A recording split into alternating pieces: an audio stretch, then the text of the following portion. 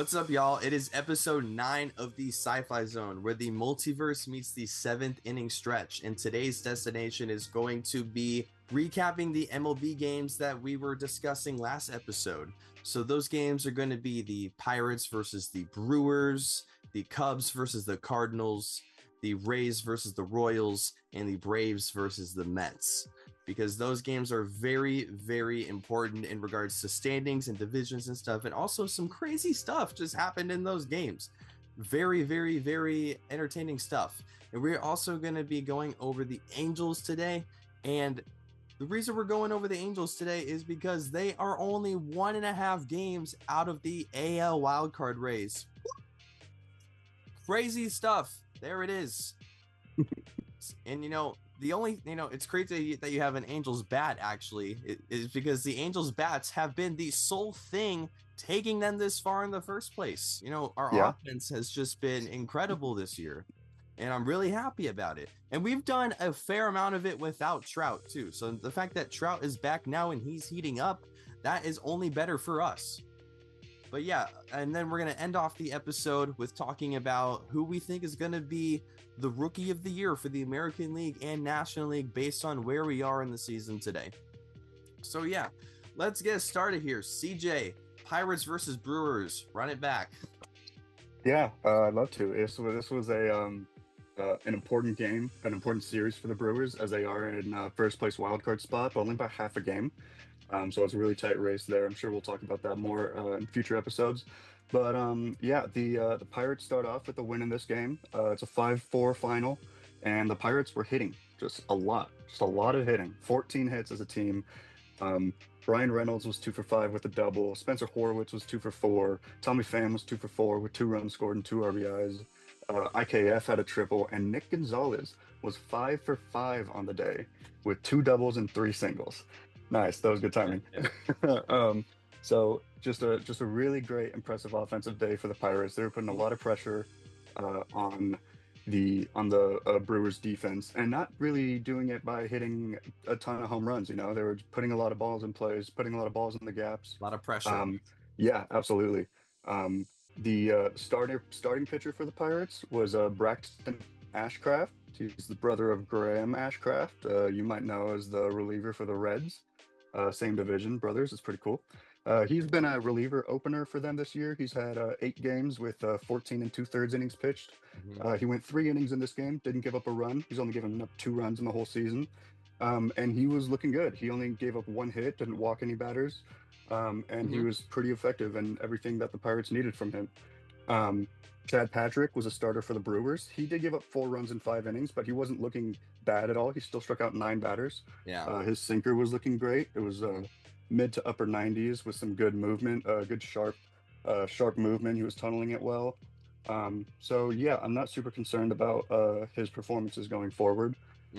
But regardless, neither starter got the win or the loss for this game. It was more of a bullpen game. Yeah. David Bednar came in for the save for the Pirates. He's been having a great bounce back season after a pretty uncharacteristic 2024, where he had a 5.77 ERA last year. This year he's been doing a lot better. He was, considered one of the best relievers in baseball for like 3 straight years. And now he seems like he's getting back to that form. So yeah, great performance for him. Great win for the Pirates in game 1. Game 2 was a different story. It was a better win for the Brewers. Freddie Peralta had a good start. He went 5 innings, gave up 3 runs on 8 strikeouts. So he was looking good. He's having a good season.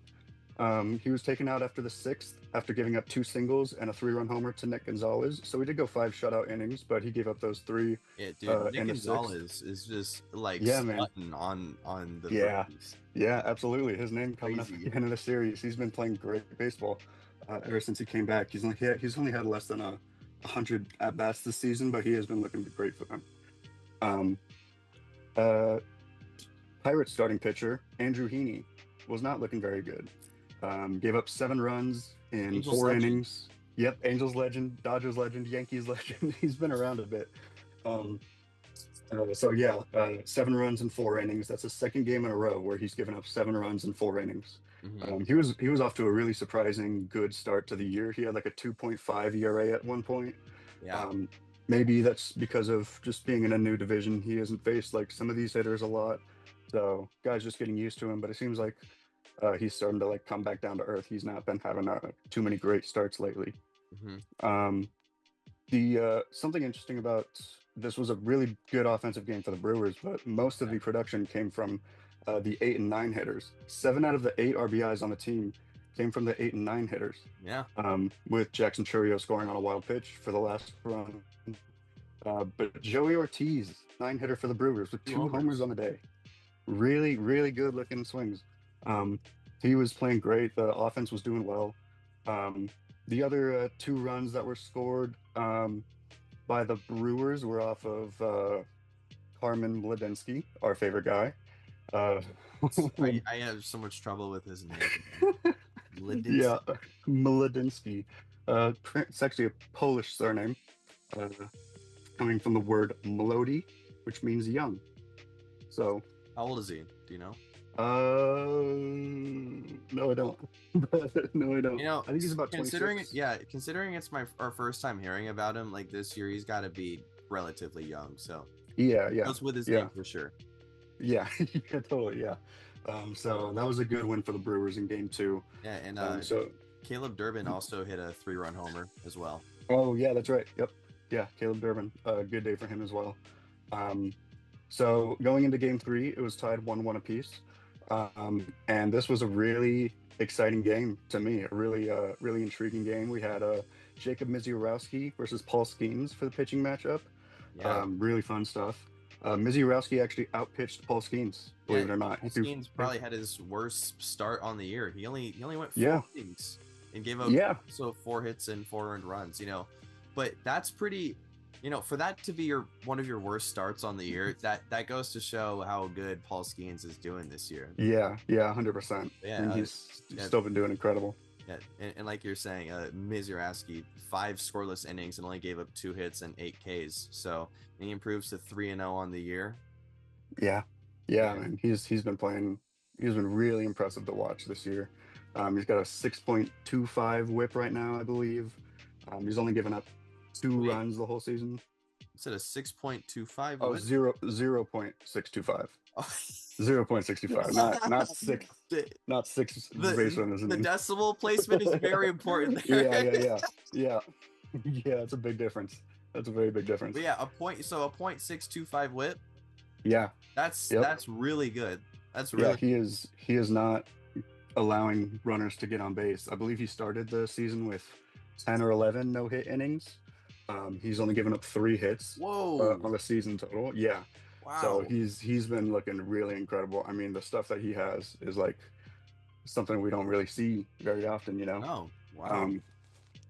Trevor McGill would come in for the save for the Brewers.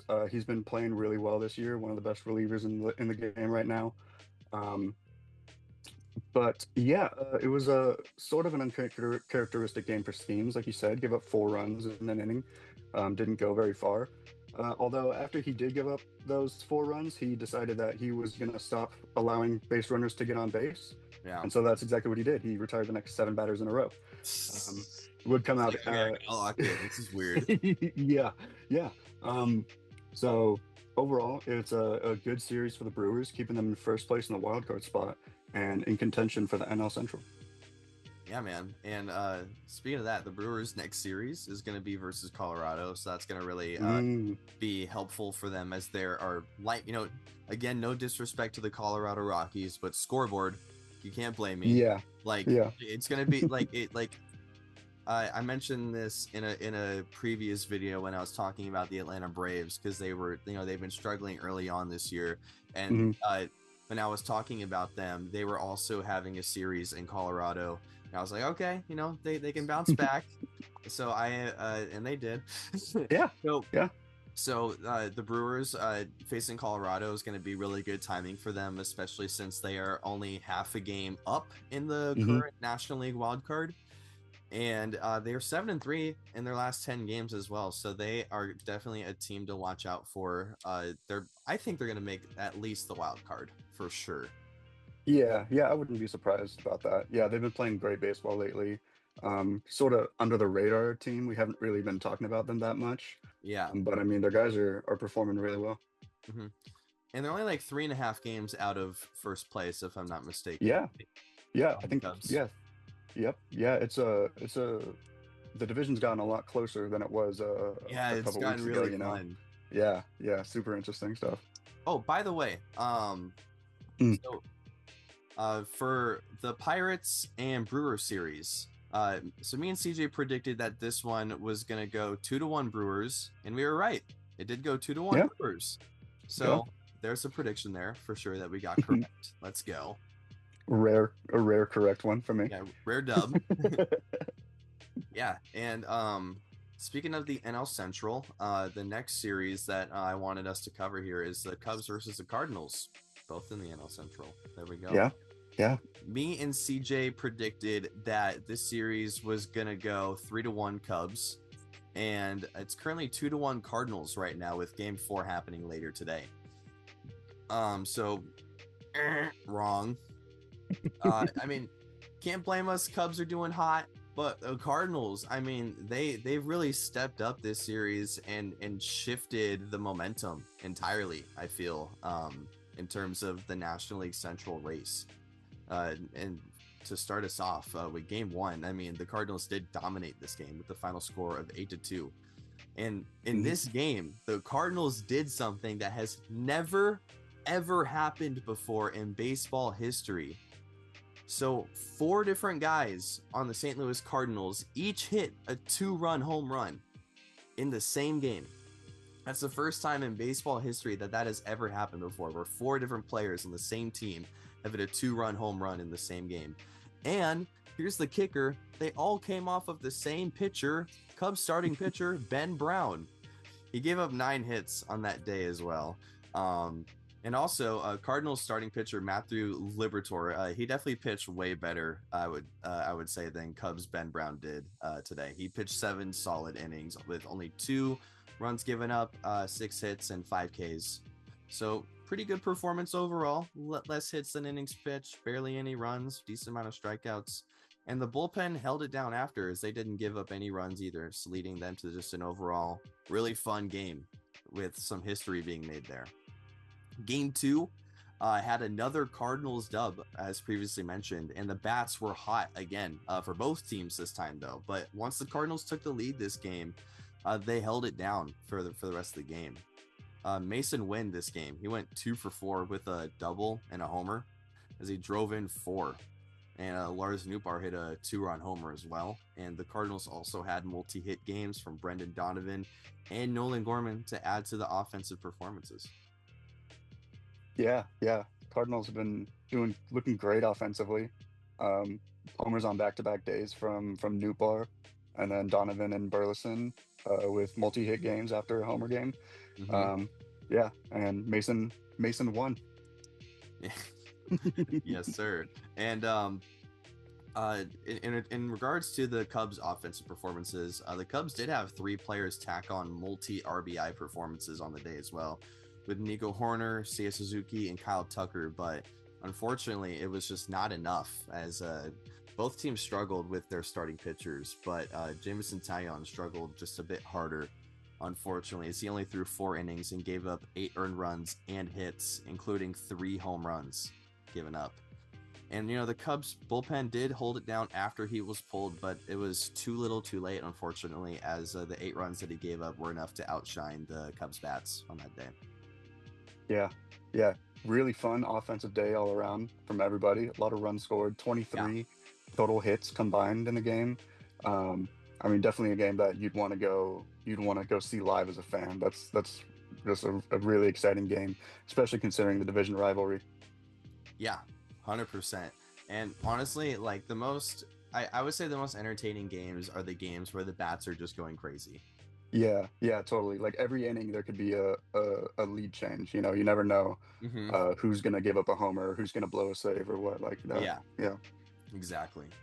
But Game 3 of this series was a completely different story. The Cubs struck back with a force, winning the game 9-0. Oh my gosh.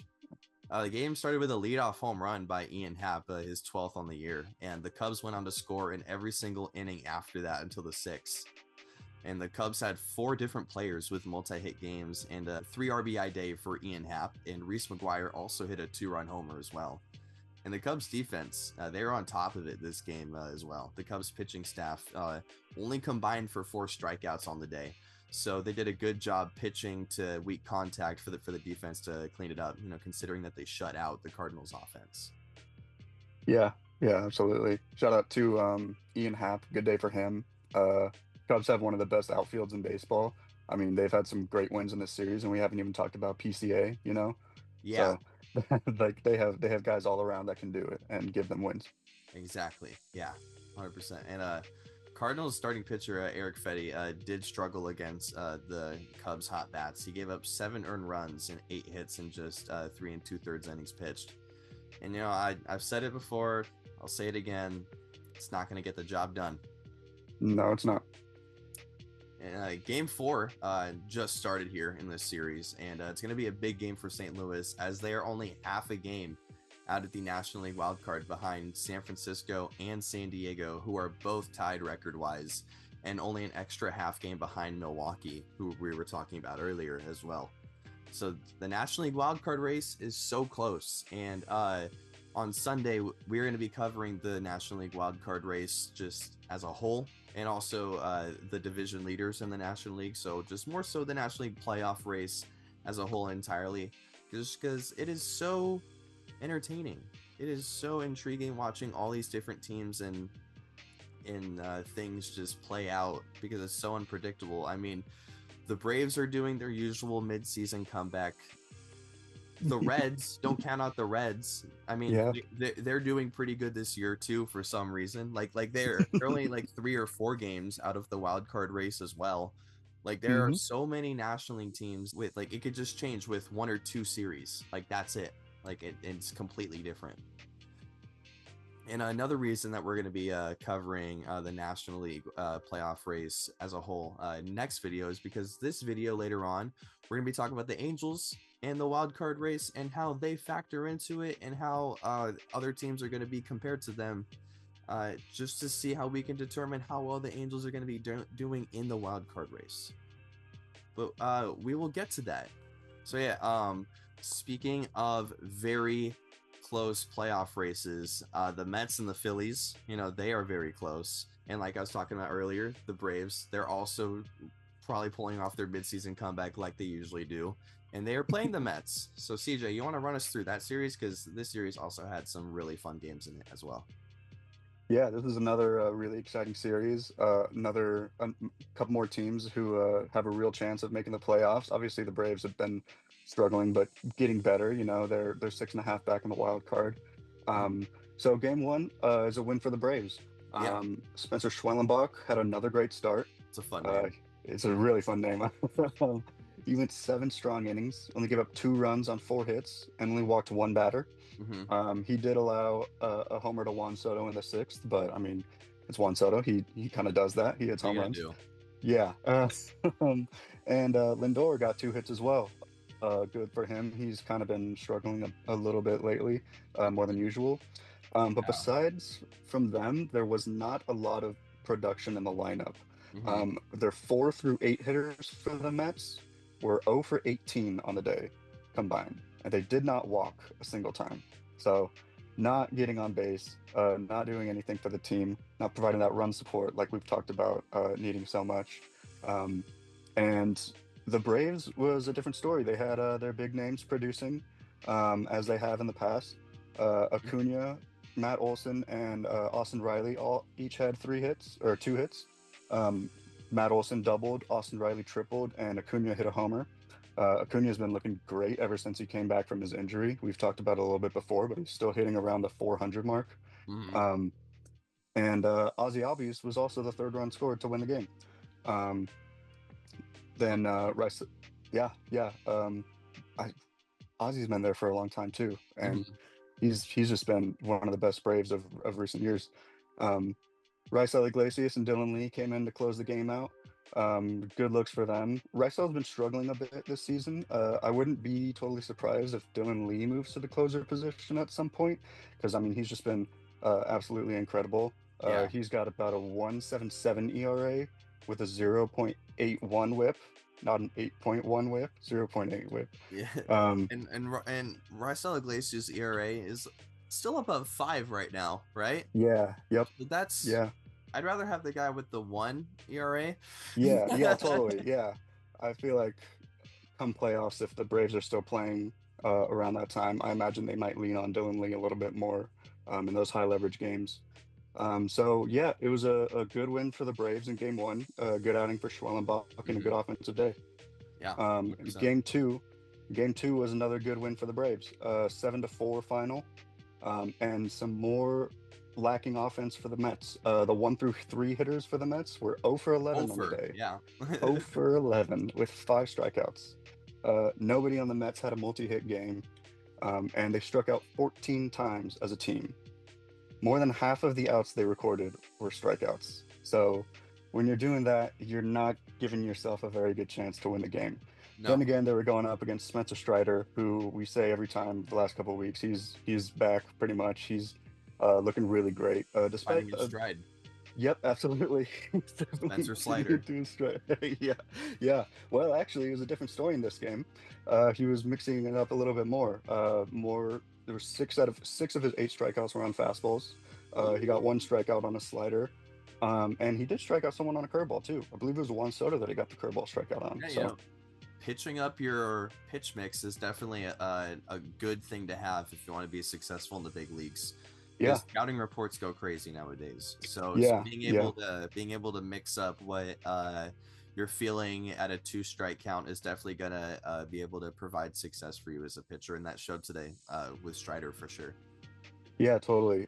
Especially considering how he's mainly been like a 2 to 2.5 pitch pitcher, as we know, mostly relying on his fastball and slider, sometimes throwing a changeup.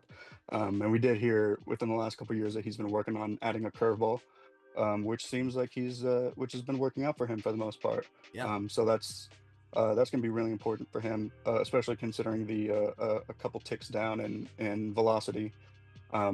But regardless, it was a good look for the Braves. Good start for Strider, and Frankie Montas had his first start as a Met. Came back from injury. It was his first start of the year, and he looked good. Threw 5 shutout innings. He struck out 5 batters. Only gave up 3 hits. He did walk 3 batters, but I mean, first game back, I get that he might be finding the zone a bit. Yeah, and also, I mean, they didn't score, so yeah, totally. So he found a way to work around it. Yeah, absolutely. He was getting guys out and stranding runners, which is really important. Although he just didn't get the run support from his offense because Strider had a really good day, and so did the bullpen. So it was a 7-4 final for the Braves. So going on to game 3, after Mets lose the first 2 in a tight division race, game 3 seems that much more important. And the Mets know that. So they came out swinging, literally and figuratively. And they picked up the win 7-3. This was the game that Chris Sale would have been starting if he was back. Obviously, he's still hurt with his rib cage. So this was he was replaced by Didier Fuentes, who's had 2 starts in the majors. I believe he was called up right when Sale got taken out. So they're trying to get him acclimated with the major leagues. He didn't have a great start. He's been struggling up at the major league level so far. He went 3 1/3 innings and he gave up 6 earned runs. It was just a big offensive day for the Mets. They picked up 13 total hits, and everybody in the lineup except for Tyrone Taylor and Francisco Lindor got a hit. Several guys had multi-hit games. Ronnie Mauricio was 3 for 4 with the homer and he scored twice. Jeff McNeil was 2 for 4 with the double. Brett Beatty was 2 for 4, and Juan Soto was 2 for 4 with 2 homers. He's been for his 19th on the year, so he's been really increasing his power numbers the last couple weeks. For sure. Yeah, he's got 5 homers in his last 5 games, with 2 homer games. Yeah. Really good. So yeah, he's been looking great. Clay Holmes with another really good start. He went 5 he's transitioning innings. into the starter role really well this year. Yeah, one of the few relievers to do so, in my opinion. Yeah, totally. Yeah, if you're a team out there who needs another starter, maybe like the Angels, Just trade for a Yankees reliever who can go like 2 or 3 innings, who has a good sinker, and turn him into a starting pitcher. Because it worked out for the Padres. Shout out to Michael King, and it's working out for the Mets too. Mm-hmm. Um, so yeah, another really good start for him. And then the bullpen shut it down as well. Brandon Waddle, Jose Budo, and Ryan Stanek each came in. Yeah, no, Then he waddled away. each of them all threw a shutout inning. And then Edwin Diaz came in for the last out of the game to remind everybody that he is still one of the best relievers in baseball. Mm-hmm. He's got a 2.05 ERA on the season right now. Oh, wow. So he was credited with the save. And it was another win for Clay Holmes and a good win for the Mets. Yeah, especially with them only being 1 game behind in the division standings right now. They definitely need all the wins they can get. Yeah, absolutely. Every game is important. Yeah, and game 4 of this series is actually starting later today around 4 p.m. And if the Mets do win today and the Phillies do lose against Houston, then the Mets will reclaim their first place spot as previously mentioned. The Phillies have lost both games versus Houston right now in the series so far in their 3-game series by the scores of 1-0 and 2-0. So offense is very dry in Philly right now. So after this series, the Phillies will also be playing the Braves in a 3-game series, which me and CJ will be covering on Sunday. So what do you predict is going to happen for this Phillies and Braves series, CJ? Wow. For the Phillies and Braves, it's interesting because I feel like the Phillies should be like the favorite. Obviously, I mean, they've been one of the better teams in the NL, and the Braves like haven't been themselves lately. But despite that, the Braves have had a little bit more momentum recently. Like you said, the Phillies are just like getting shut down. So I think it's a 4-game series. 3. 3-game series. I'll say. I think the Phillies are going to win 2-1. I think they will. Yeah. Call me crazy. The Braves are going to sweep. Wow. Okay. Braves are going to sweep, bro. Okay. Big talk. Yeah. Okay. The Braves are going to sweep. I think they're riding some hot momentum, and like I don't know if like the Phillies can respond to their series in Houston in 2 ways. They can snap the hell back and get hot again, or it's gonna get ugly. Yeah. I mean, they got ugly for the Mets. I mean, as previously mentioned, they went 1-9 in their last 10. Yeah. I mean, things can get really ugly, really hot. It doesn't matter who you are. Like everyone has gotten a 0 for 30 before. Like it's not escaped dry streaks in baseball.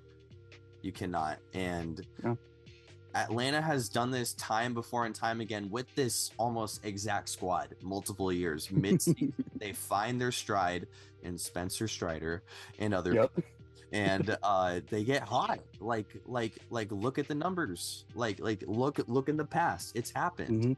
And yes, they haven't done so well in the playoffs as also previously mentioned. I mean, their best year when they did win the playoffs, they only won 88 games that year. So make of that what you will. But they always get hot in the middle of the year, and I feel with this series in Houston, with how the Phillies have performed in it, dude, I think the momentum is just gonna ride right over the Phillies. Wow. Okay, I like it. I like that. Yeah, that'd make it really interesting. Yeah, I'm all for as I also said last episode. Like I gave that hypothetical situation where all hell breaks loose. Yeah, I love seeing hell breaking loose in baseball. So yeah, last series that we're gonna go over here is Rays versus Royals, and this was highlighted because the Rays are in a very tight race with the Yankees here, and the Yankees obviously, they're the Yankees. They, everyone knows who the Yankees are. They have the most World Series championships ever, and they let 27 rings. They'll never stop talking about it. They won't let you forget. Yeah. No, and the Rays are such they're like what Oakland wants to be, in my opinion. In terms of that money ball aspect. Yeah, totally. Like the Rays are doing exactly what the A's were wanting to do with that concept. Like they have a bunch of guys who don't make like who aren't being paid a lot of money. They don't have a lot of big name guys, but they are all doing their job and they are contending with that. You know what I mean?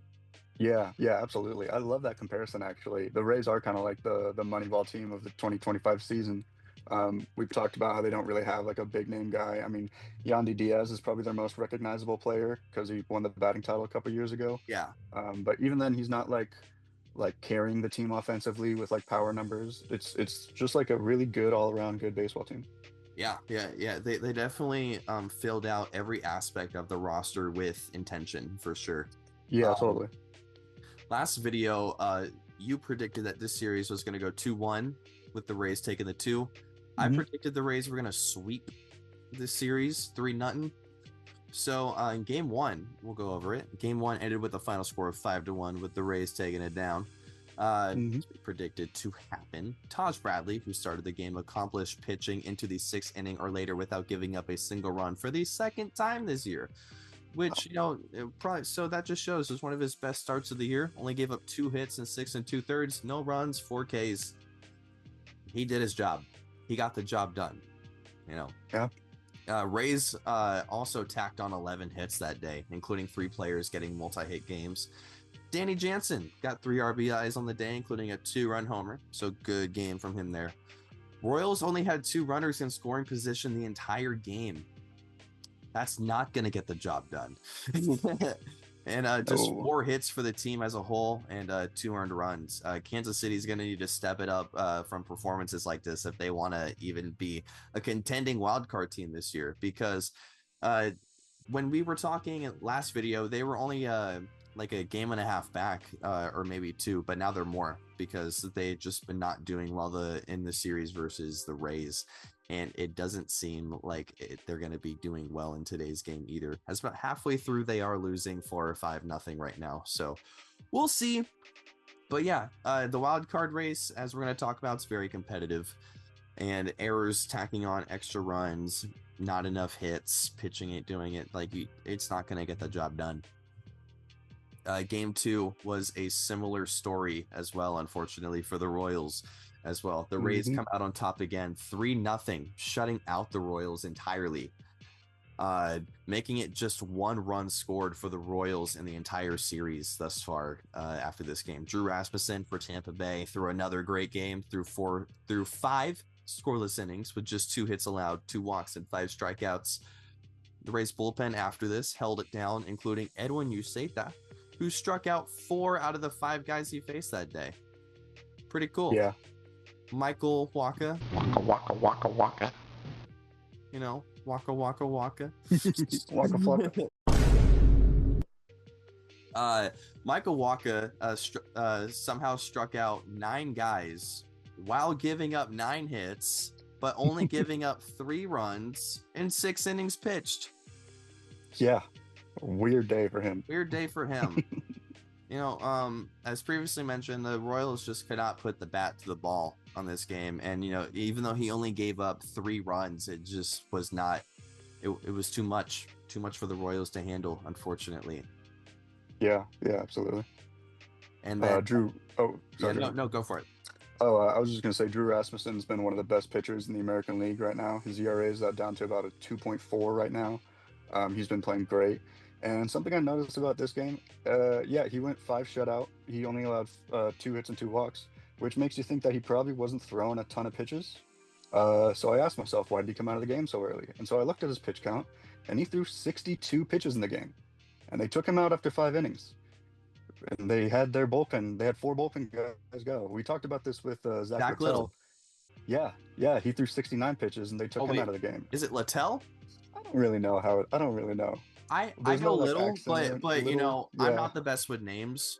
So, but yeah, same story. He was pitching great, had a decent count, and he got pulled, and it didn't work that time. But this time, similar situation, and it did work out. So you got to give credit to the Rays for sticking to their formula, no matter the outcome. Yeah, totally. They're committed to their game plan, and it's been working out.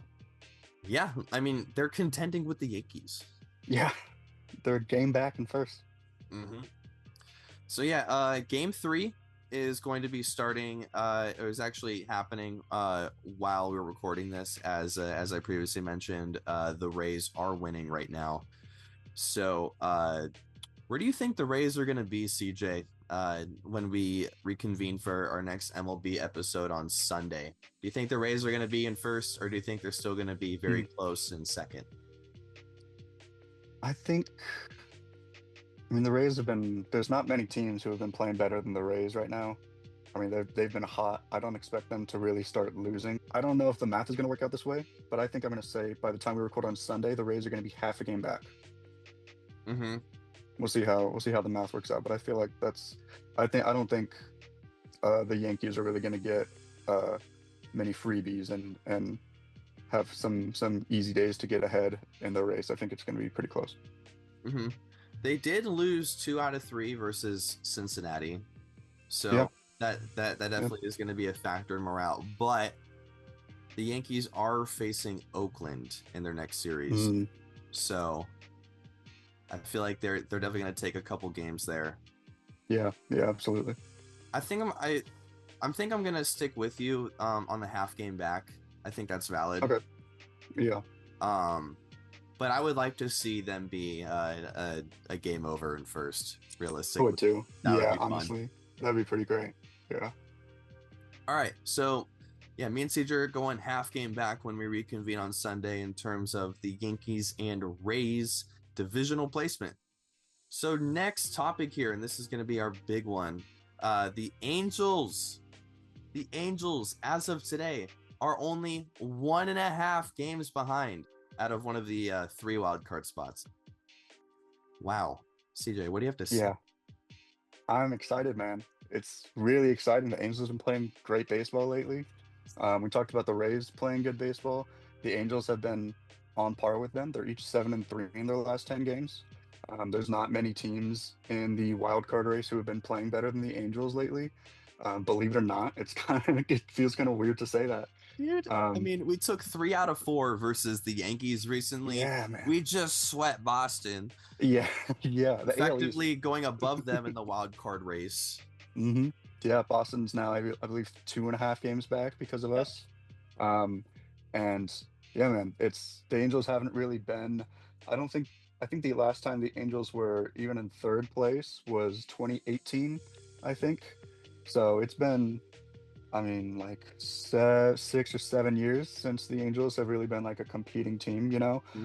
Longest like active playoff drought still, I believe. 11 years.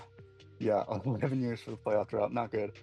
But things are kind of turning around, you know. I feel like we've the Angels tactics lately have kind of been for the last couple of years either trying to develop some of the younger talent and get them ready for the major league level, or signing veteran players to contracts that are too long and worth too much money, you know. Anthony Rendon.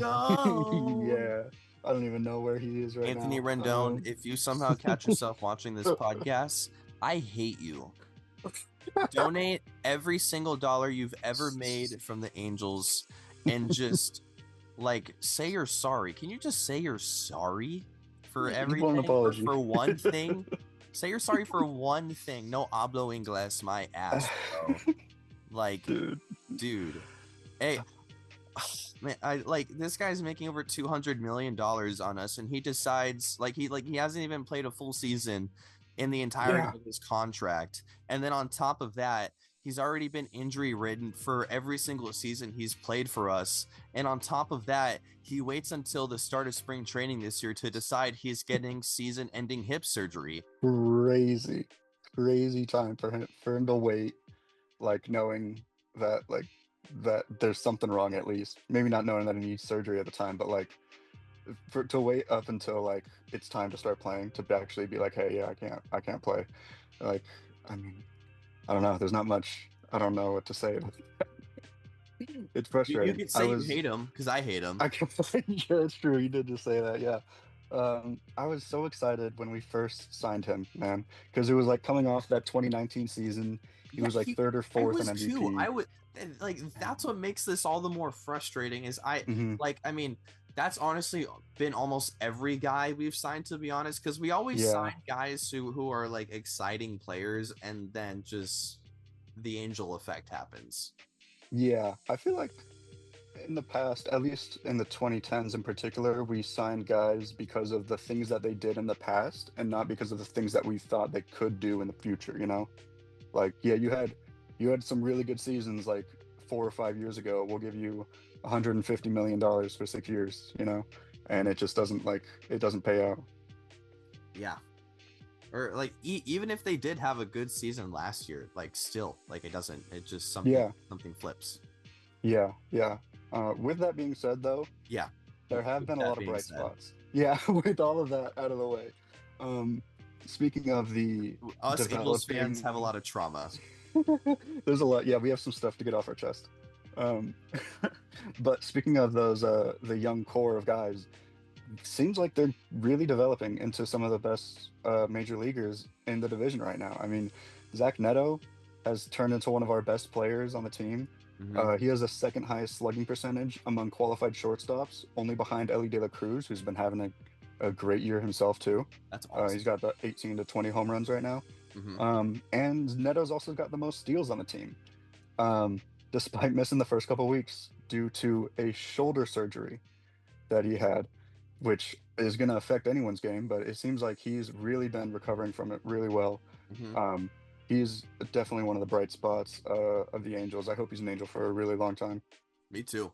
Yeah. He hit a home run the other day off of Walker Buehler that you would expect a guy with Frank Thomas's body to hit. I don't know how tall Zach. I think he's probably like 5'9", 5'10", maybe 5'11".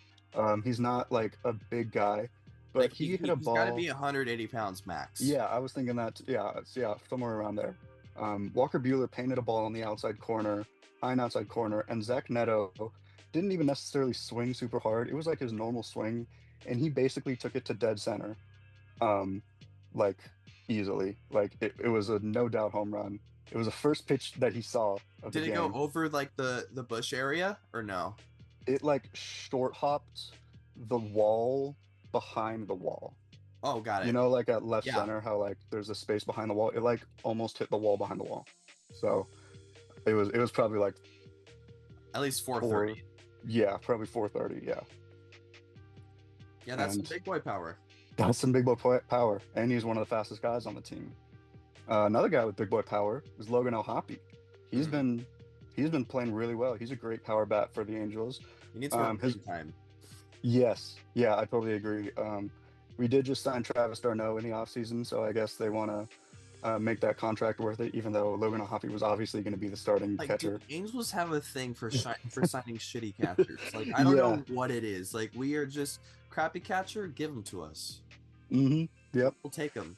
Yeah, pretty much. Like, I don't know why we're desperate to like keep rotating through a bunch of catchers when like clearly it's possible to have one catcher at least 85% of the time, and I would prefer that to be O'Hoppe. Yeah, totally. Same.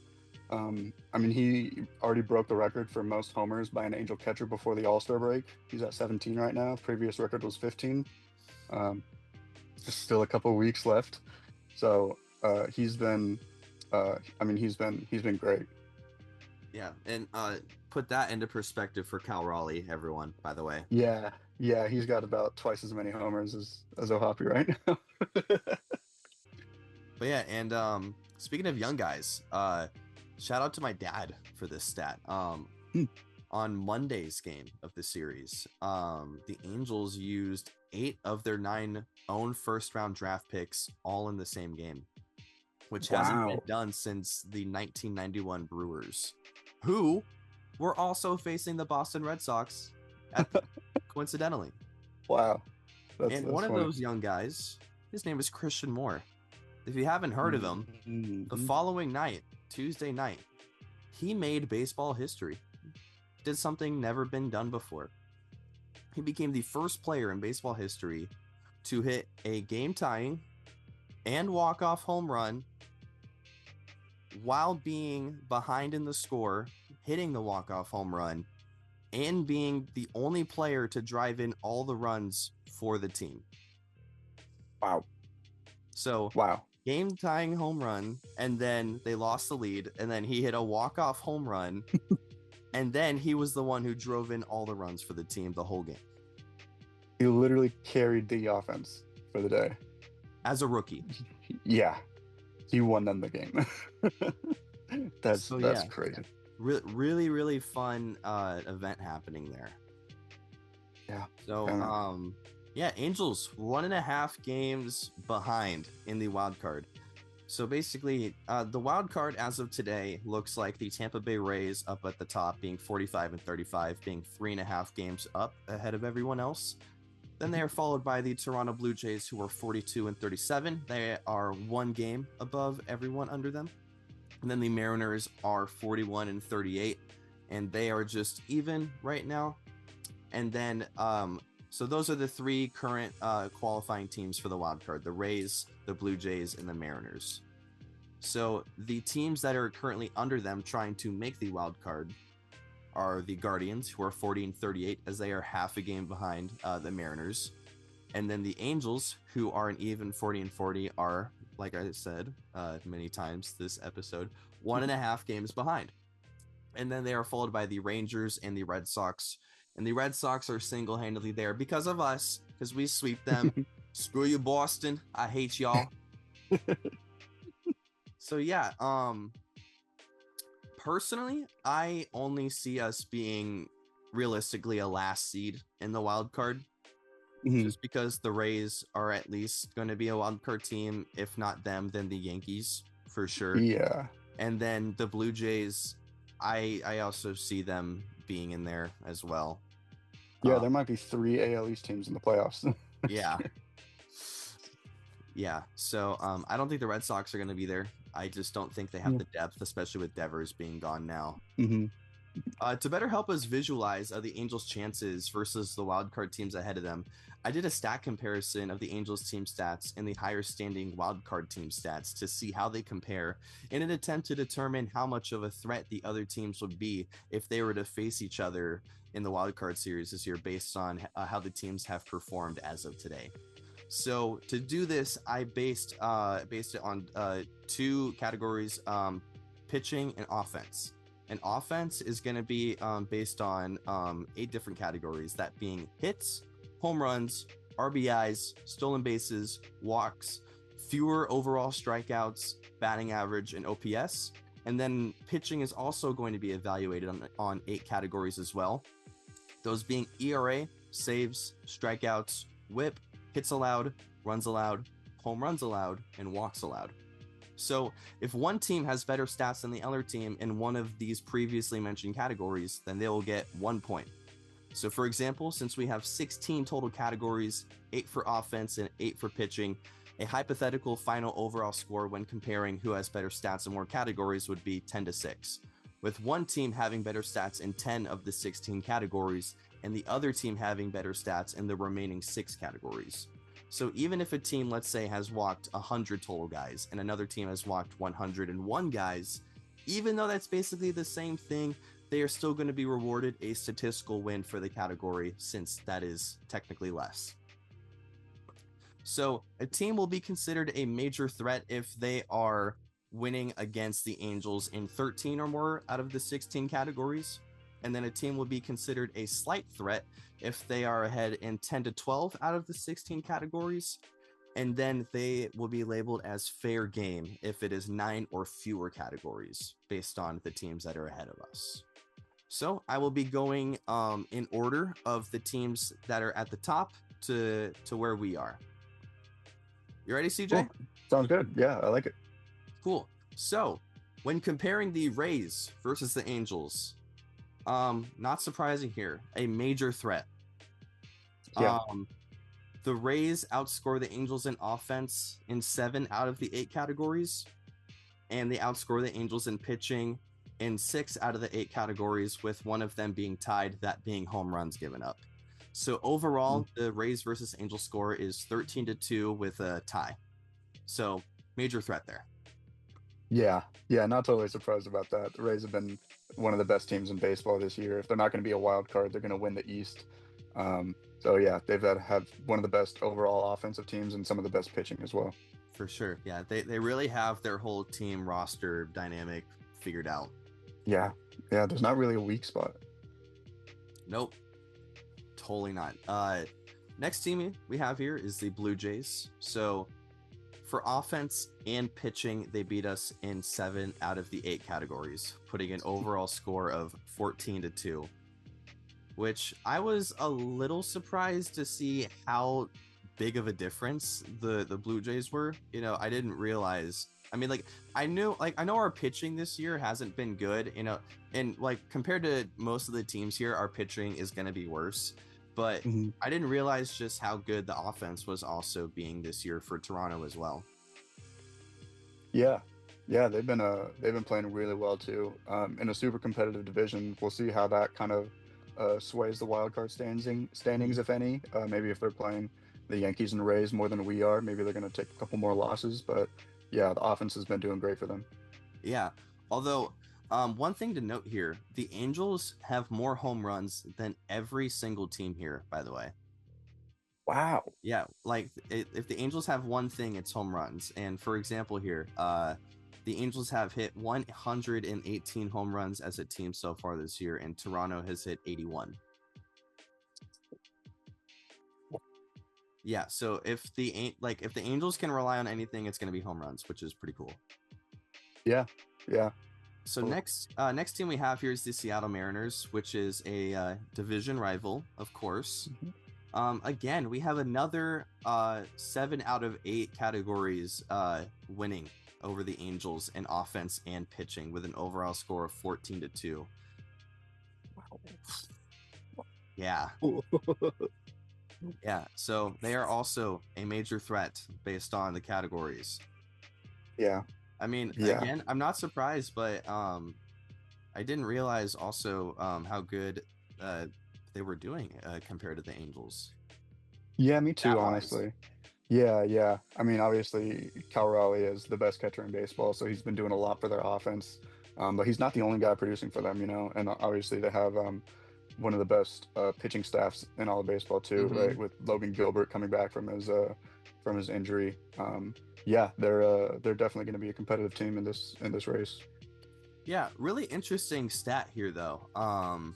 So the Angels team ERA is 4.49 and the Mariners team ERA is 3.95. So about a half point difference there.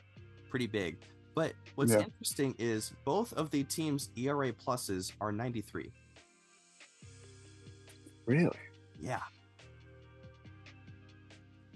Is our bullpen better than them? I don't know. That's so weird. I mean, no, because like they have us beat. Well, actually, we do have them beaten saves by 1. Okay. Yeah. But they have less hits allowed, less runs allowed, less home runs allowed, less walks allowed, they have more strikeouts, a better whip. So I don't know how the ERA plus comes down to 93 for both of them. I just thought that was a really interesting thing to note there. Yeah, that is really strange. Yeah, so our first non-major threat comes with the Cleveland Guardians as we tie in offensive categories 4-4. Pitching is 8-0. So okay. they're on the high end of a slight threat, but since our offense is our strong suit, if their pitching happens to fall apart, then our offense can definitely take advantage of that because we do have a better comparable offense, or at least in the bigger numbers, because the Angels do lead the Guardians in hits, home runs, RBIs, and batting average, while the Guardians lead in stolen bases, walks, less strikeouts, and batting average.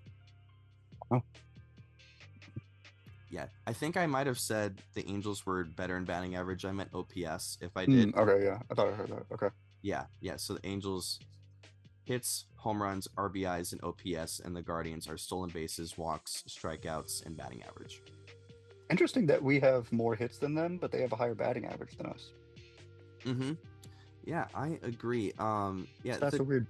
Yeah, we have 604 hits, and they have 588 hits. Wow. Maybe they've had They've played walked fewer 30 games. more times, so I think Oh, okay. that might factor into it. Okay, yeah, that makes sense. But yeah, so I would prefer to play the Guardians on the Wild Card series in this instance. Another major threat that we have here comes in the Texas Rangers, who are under us currently, but only by half a game. So overall on the year, we're 0-3 against the Rangers, unfortunately. In terms of offensive comparison, they do outscore us 5-3, so we do have a pretty comparable offense. But again, our pitching is not our strong suit. They outscore us 8-0, putting an overall 13-3 comparison score, putting them in the major threat category. Damn. Yeah. 8-0. Yeah. What's really funny here that I want to note quickly, because we just swept the Red Sox. We are 5-1 against them on the year, but they have the highest overall stat score against us at 15-1. Oh wow! They outscore us in 15 out of 16 categories, but we are 5-1 We against beat them them on the year. 5 times. That is so weird. Maybe we just have our best games against. I mean, no, because Jose Soriano had a bad start. I don't know, man. That's so funny. Well, I'll let you guess what our one stat is that we have better than them. Offense, right? Homers? Yeah. Nice. That's the one thing that we do better than everybody else in the league, apparently. We have 20 more home runs than them, exactly. Wow. That's kind of surprising to me. But, I mean, there have been some... I mean, Taylor Ward's been playing great. Joe Adell is doing great. He's got 17 homers right now, I think. Like, yeah, I mean, I would say I'm surprised, but maybe I shouldn't be. Yeah, I mean, I don't think you're wrong to be surprised because, I mean, like, categorically speaking, we are beaten by every single one of these teams.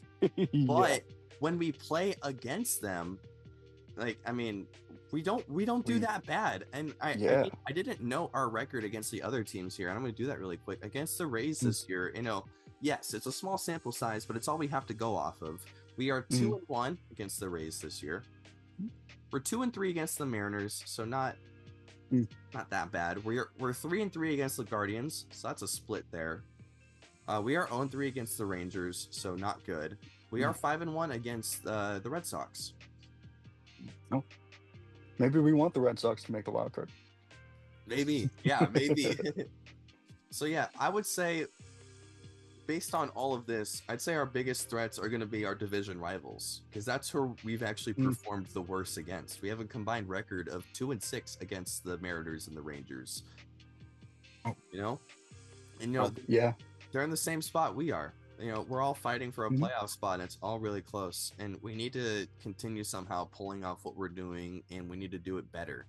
Because if we can figure out how to limit the runs on pitching and all the base runners, and then our home run hitting offense is gonna like carry us really far. Yeah, absolutely. I agree that I think the pitching is definitely the weakest point. I mean, that's kind of always the weakest point for the Angels, you know. It's been like that for almost a decade, man. Yeah, I feel like we haven't really had like a true ace since. I mean, like Weaver's the guy I think of. Is there anyone that came after Weaver? Ohtani. Who was like a? Oh yeah, true, yeah. But I mean, we had him for like 2 years pitching, you know. Yeah, I think he wasn't pitching that long for us, but I mean, we don't really get like the big name pitchers unless they're like way past their prime, you know. Kyle Hendricks, former Cy Young Award winner. Old man Hendricks. Yep. Hey, his walk rate's down. He's pitching more. Yeah, because he's walking slower. Yeah, true. He's getting older. Yeah. But that is good. I know we need that. Yeah, but I do feel like we could definitely use another, like, maybe we could trade for another solid pitcher. Maybe that like would be awesome.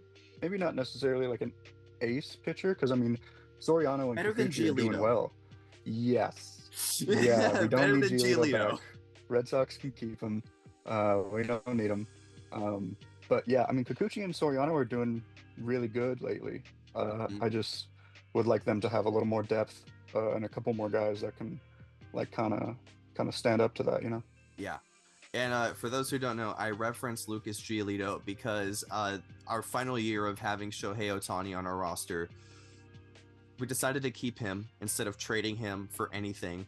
And then on top of that, we traded our top farm system prospects for Lucas Giolito, who was already past his prime. And then we Mhm. released him a month and a half later. Yeah, he was not an Angel for very long. So, yeah, that's why I make that reference, because that's just mhm. one of the many dumb Angel moves that they have made over the years, unfortunately. Yeah, that's what the Angels do, you know, trade for guys who are out of their prime Oh, and get yeah. surprised when they play bad. Yeah. So yeah, our last topic here, moving on from the Angels and the wild card discussion, we're going to be talking about who we think is going to be winning the Rookie of the Year this year, based on just their overall performance on the year. I'll start us off here. In the American League, I am going to go with Kansas City Royals pitcher Noah Cameron. And the reason I'm going with him is because I know you were going to go with Jacob Wilson. Yep. And I cannot blame you, but I just wanted to have a different guy, because if it's not Noah Cameron, I would have also gone Jacob Wilson 1000%. But I just Totally. want to highlight Mr. Cameron here because he's having a great year for Kansas City so far. In 8 starts, he has a 2.08 ERA. He's only given up 4 home runs on the year. And yeah, and he has a whip under 1. It's 0.965. Yeah, and he definitely kind of fits the mold of what you would call a Kansas City pitcher. You know, I feel like the Kansas City Royals haven't really had a big strikeout guy. You know, like they've had a lot of pitch to contact kind of pitchers and relied on their defense. Yeah, Seth They've always Lugo. had good defense, always. Yeah. Mhm. So and I think he's fitting that mold perfectly for the Royals. Yeah, I think that's a great pick. Yeah, he's been pitching really well for them, trusting his defense, which is, I mean, great for pitcher success when you have that defense backing you up. And yeah, I think he fits right in with that rotation. He's been playing really well, and he kind of fits the mold of what the Rays are trying to do. Yeah, and Sorry, Royals. Yeah. Yeah. And then on top of that, opponents are only batting 182 against him. The league average is 245. Wow. So he's pitching well above average, and a lot of players are not having that much success against him. His record this year, unfortunately, is 2-3. But as we've also mentioned this episode on multiple occasions, Royals offense just hasn't been productive. And that really shows in his record here. Unfortunately, he's kind of DeGrom, if you will. He's kind of the go-to example for Yeah. pitchers win-loss not accurately describing their total value that they can provide as a pitcher.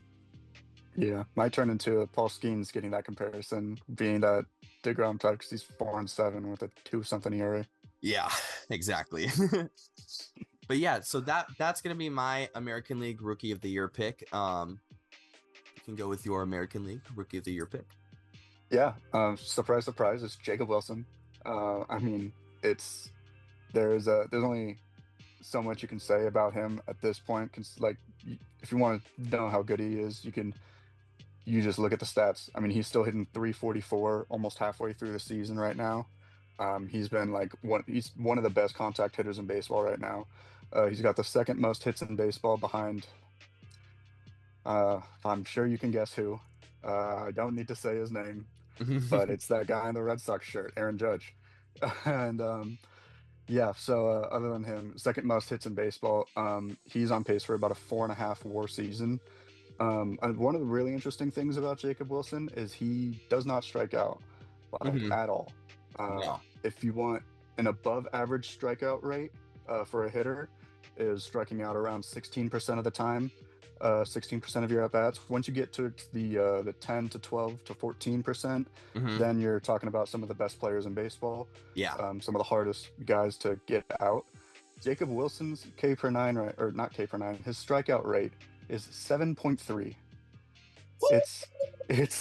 He struck out 22 times this season, and he's playing basically every day. That's almost Tony Gwynn numbers. Yeah.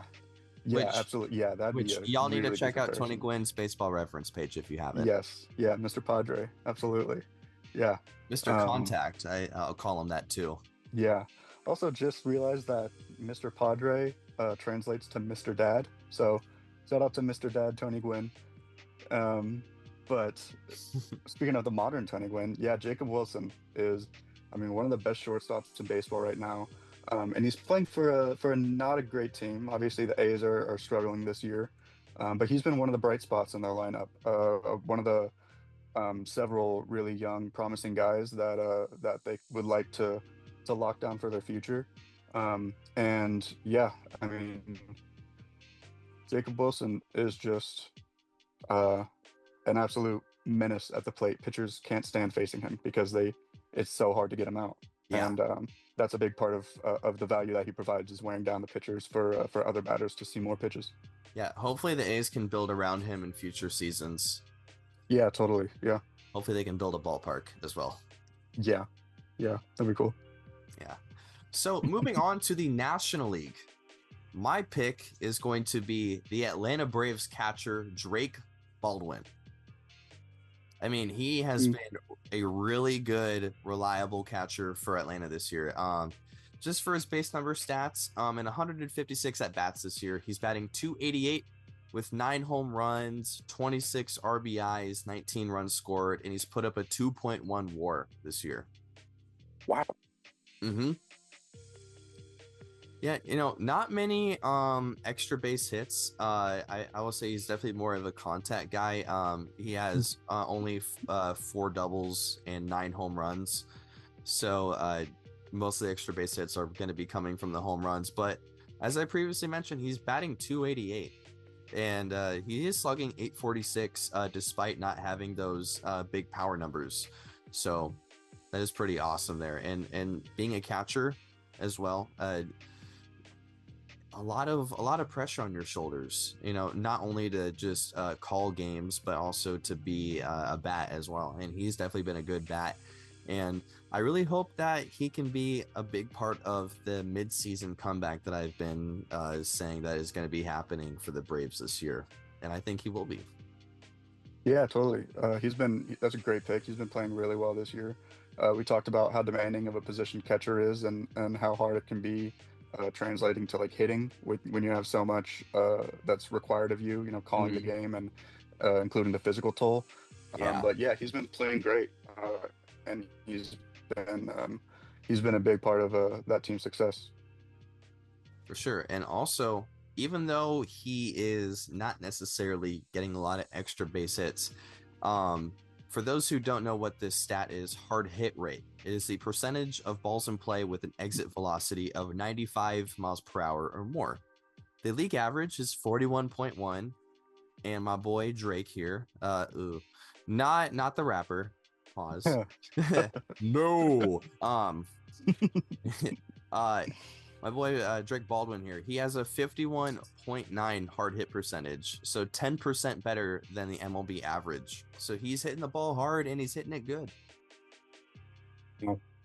Wow. Yeah, that's really good. That's a great sign for a promising hitter. Yeah, and also he was drafted in the 3rd round in the 2022 draft. So it is nice to see him come out of the minors pretty quickly and become an established player for a really good franchise. Yeah, totally. It seems like he's developing just how the Braves want him to. 100%. So who is your National League Rookie of the Year candidate? So my Rookie of the Year National League candidate is maybe a bit less obvious than my American League choice. I'm going to go with Jacob Misiorowski. I think that's how you pronounce his name. I know I might be jumping the gun a little bit. It's still super early in his career. I mean, he's pitched 16 innings. But if he continues even at like a percentage or a fraction of the pace that he's been playing so far and as efficient as he's been, I don't think it would be very close if he can continue to do this for a full season. Yeah, I mean, for those who don't know, he is a starting pitcher. So to put those 16 innings in reference. Yeah, he's pitched in 3 games. He's had 3 starts. All of those starts have been great. I mean, we talked earlier about how well he's been doing. He's given up 3 hits so far this year, only 2 runs, 1 home run. I believe he's walked 7 batters. So, I mean, not like a crazy walk rate. But I'm sure he's going to start finding the zone a little bit more. But that's also that kind of comes with it when you have a guy who's averaging 98 miles an hour on his fastball, who hits like 102. He hit 103 in the minors, not batting average, miles per hour. He threw a 103 mile an hour pitch in the minors. So like his stuff is just like, he just looks like so much different than a lot of the pitchers we face. I mean, like they talk about like the eye test. I feel like they made the eye test for Jacob Misiorowski because you can tell how good he is by watching a couple innings of him pitch. Yeah. I mean, some of the stuff he has, his curveball touches 90 miles an hour sometimes. His slider is like low to mid 90s. And yeah, I mean, he's just been playing incredible. And every time he gets called up to a higher division or to a higher league, he performs better. His worst season was when he was in single A. He went to double A and played better. He played he played 13 games in triple A this year before getting called up. He had a 2.13 ERA in 63 innings. And at the major league level, I mean, his ERA is in the 1 right now. Still early on, but like I said, he seems like he's going to be a super promising and a really exciting pitcher. So that is my pick for the National League Rookie of the Year. Yeah, and pretty thankful for Milwaukee to have him. Milwaukee, yeah, absolutely thankful to have him. I meant to say. Oh yeah, that's a good point. yeah. He's going to be he's going to play a big role in the Brewers wild card race this year. It's going to be great for them to know that every 5th day they have him being able to go out there and pitch well. Yeah, 100%. So yeah, that wraps up our video today. If you made it all the way through, thank you so much for watching. We definitely appreciate it. I know there was a lot of content in here, so we, again, just really appreciate it. Next episode, we are going to be reviewing the first 3 episodes released of Ironheart, the newly released Marvel TV show. Very excited to watch this series, review the character, and see where it takes us, because because the director of Ironheart has said that the ending of the show is going to lead directly into Avengers Doomsday. So that's really crazy, because I did not expect it to take place that late on the timeline. So I'm really interested to see the implications of that. Yeah, totally. Yeah, it's going to be a really exciting show. I'm really looking forward to watching it and discussing it with you here on the show. Yeah, 100%. And also, reviews for the show have jumped over 40% since it's released. So people are loving it. I'm excited to watch it, and I'm even more excited to review it and talk about it with you and see what everyone else has to say about it. Yeah, absolutely. Well said. Yeah. And then we will be reconvening on Sunday, discussing some of our predictions, some more notable events, and also discussing the National League playoff race. So that wraps up our episode today. Again, thank you so much for watching. Please like, comment, subscribe. If you have any topics that you want us to discuss, leave them down in the comments and we will gladly discuss them. Hope you guys have a good day. Later.